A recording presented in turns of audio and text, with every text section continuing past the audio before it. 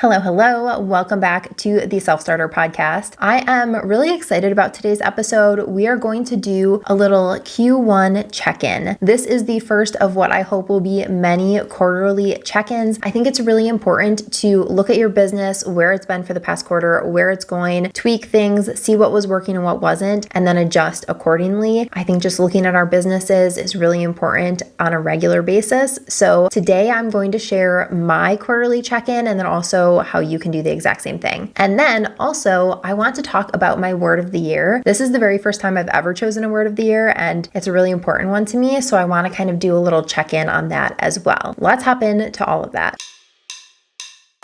Hello, and welcome to the Self-Starter Podcast, where I'll be sharing the highs, the lows, and everything in between when it comes to building a product-based business. I'm Brithinee, and I started my business making beaded bracelets in my living room. Over the last 8 years, I've turned it into 2 successful businesses with over 10 team members and a busy storefront. Needless to say, I've learned a lot along the way. This show is for no gatekeeping and no fluff. Just the lessons I've learned, the mistakes I've made, some funny stories I've gathered along the way, and the honest truths you need to hear. We'll talk about the big decisions, the moments no one can prepare you for, and those times you realize that it's worth all the sleepless nights. Think of me as your business big sister, here to cheer you on while you build a business that truly feels like you. If that sounds like what you need, you are in the right place. Let's get into it. First, let's talk about my word of the year because it is pretty important to me and I feel like it's kind of guiding my life and my business this year. I've just never been a word of the year kind of person. So this is my first time. If you have chosen a word of the year, I would love it if you shared it with me either in the comments or DM it to me on Instagram. I would love to hear from you and see how it's going and how that's kind of dictating how you're moving through your year, both in your life and in your business. 2025 did not start out how I thought it was going to. I was about to enter my second trimester in a pregnancy that ended up in a missed miscarriage and a surgery and the whole deal, which was not ideal, obviously. And I was in a class at my gym and one of the instructors kept saying, "You are relentless." And it just stuck with me. Every time I heard that instructor say the word relentless, it just hit me like a ton of bricks. And I knew that I needed that to just be my mantra for the year. And not in the like hustle until you drop, try not to burn out kind of way, but in the I am so confident and I have such a clear vision of what I want in my life and in my business that I am not going to stop until I get there. I looked up the definition of relentless and it says, someone described as relentless is persistently determined and unyielding in their pursuit of something, refusing to give up or back down even in the face of adversity. And that definition is exactly what I want to embody this year. The year started off on a low. I'm not going to sugarcoat that at all. In my business life, January in general is pretty slow, just in retail. So then also add on this major loss in my life. So I knew that this year was going to be hard. I have no idea. We're only 1/4 of the way through. So I don't know what the rest of the year looks like yet. But I knew from that very moment that I found out I miscarried, this was going to be a year that I was going to have to pull myself up, get through it, and be relentless. I spent less time in my business in Q1 because of the loss and then the surgery, and then we are doing fertility treatments. And so once I started that back up, when you're in cycle, you go to the doctor every 2 to 3 days for blood work or ultrasounds. It is a very intensive and time-consuming commitment. Yeah,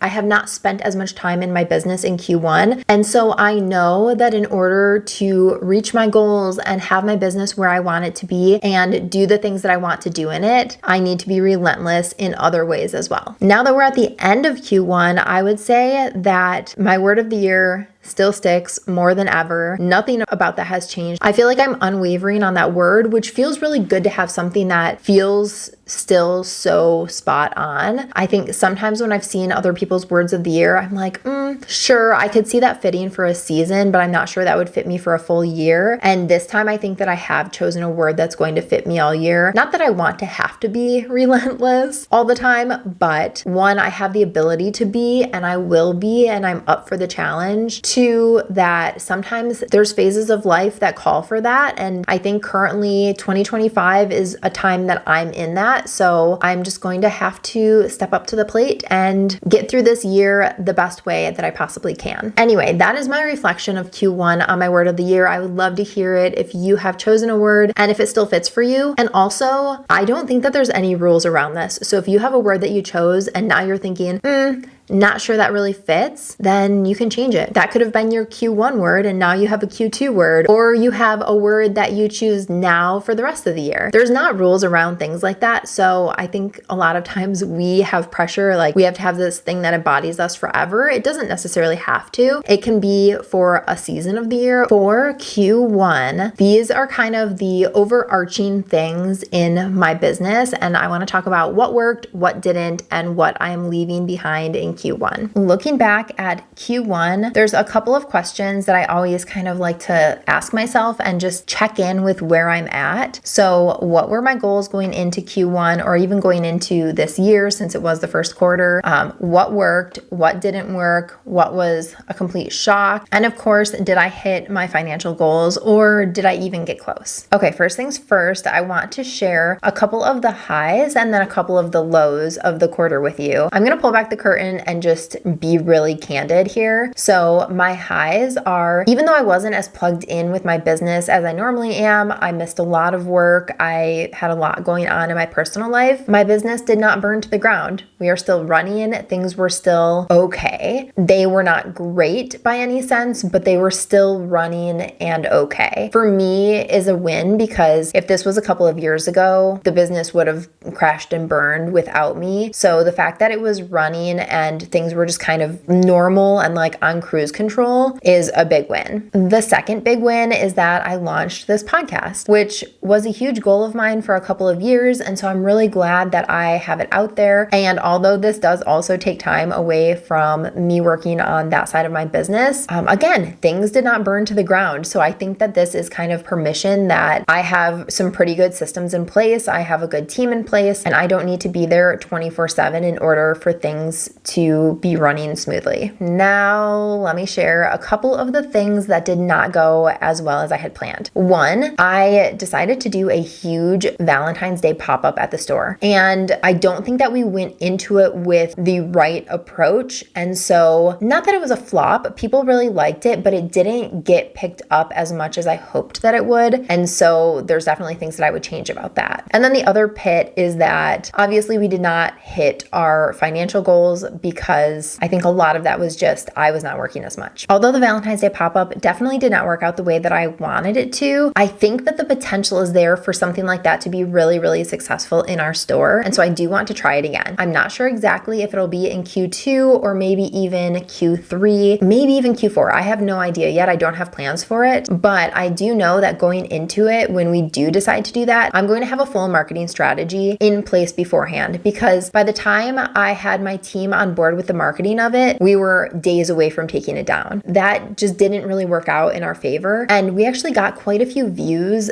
and shares on one of the TikToks that I posted. But I think that that could have been quadruple, tenfold if we would have been earlier onto it. And then also invited influencers in. There were a lot of different situations in that just like didn't work out and align the way that they should have. And so I think having a much more clear process of what we want it to look like, who we want to have come, maybe even invite people in for it, I think that we'll just do it a little bit differently than we did last time. That is a change that I'm going to make, but I don't know if that's necessarily like something I'm taking into Q2. That's just something that I will take into the future of when we do it next. One thing I am taking into Q2 is I want to do more in-store events, hosting other vendors that align with us that have a similar target audience but are not competing. I'm not going to invite another jewelry brand into the store, but I would invite somebody who has our same target market. Maybe they are a clothing boutique or something like that they're not going to take customers away from us. We're not going to take customers away from them, but we do serve the same audience so that we could cross promote it and then hopefully be more successful in it. So I do want to take that into Q2. Another thing that we adjusted in Q1 was the way that we do social media. We did a full team meeting and we talked about how we need to be more personable and share our faces more and just have people know us because because people do business with people they know, like, and trust. And so if they know who's behind the brand, they're more likely to relate to it and just enjoy the brand, where before it was like so heavy on jewelry and just products, and people don't want to buy something from somebody just saying, buy this, buy this, buy this. I wanted to really change how we do social media, and we did really well with it for about 2 weeks, and then it just fell. So I think that I need to figure out how to get my team in place in a way that is conducive to sharing in a more natural way, storytelling, and just being more authentic to the brand and who we are, so that we can post more consistently, have a really good schedule and flow of content. In Q1, I launched a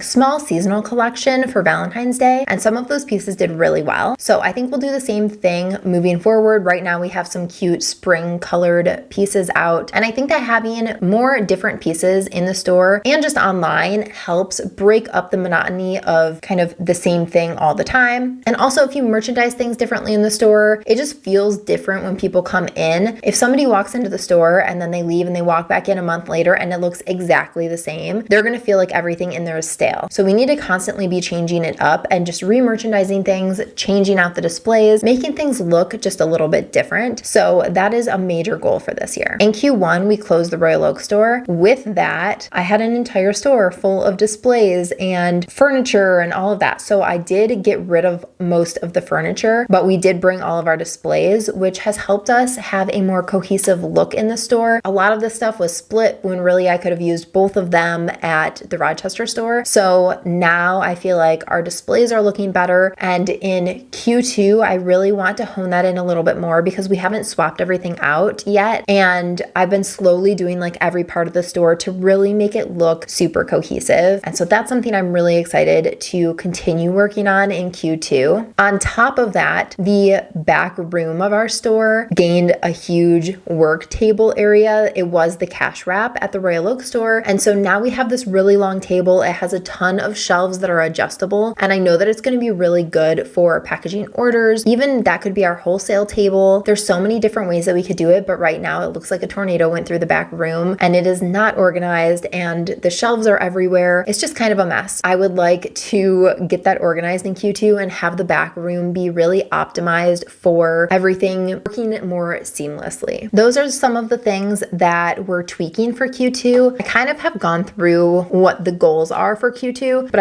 I always like to have just kind of a couple of main things that we are wanting to tweak or we're kind of really working on. Because if you have too many, if I tell you 10 things that we're working on, I'm not going to accomplish any of them. But if we just have a top like 3, then that works way better for us to be able to actually cross them off of our list. So the things that we're working on right now for Q2 are: one is prepping for PJX, which is the Permanent Jewelry Expo. My wholesale business, SB Jewelry Supply, will be a vendor there, and that is in San Antonio in the middle of May. So we're about a month out right now, and there's a lot that needs to be done for it. So that is a huge project that we're working on right now. Beyond that, we are also prepping for Mother's Day for our retail side. Mother's Day is one of our biggest holidays. It is so fun. We're always really busy at the store. So just making sure I have the right staff. We have all of the products that moms would want on hand. We have a bunch of necklaces, like a mommy necklace, a mama necklace, a grandma, a bunch of different things with the custom charms that we cut. So the necklaces have the little words on it. So making sure that we have those stocked and ready to go. All of our initial and birthstone necklaces and bracelets, everything that somebody would want to gift should be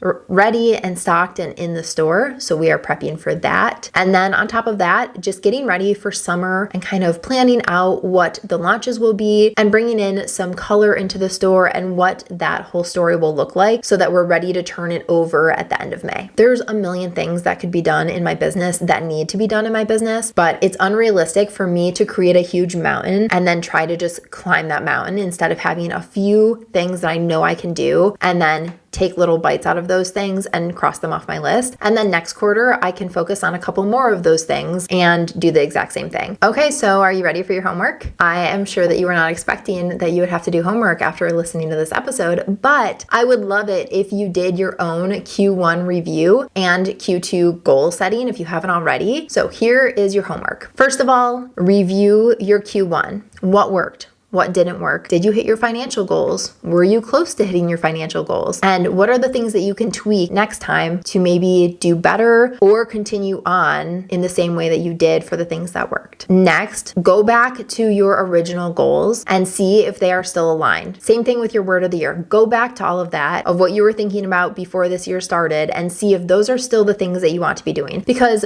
you will get to know, if you don't already know this about me, that I am somebody that believes putting one foot in front of the other over and over and over again, and you will end up where you need to be.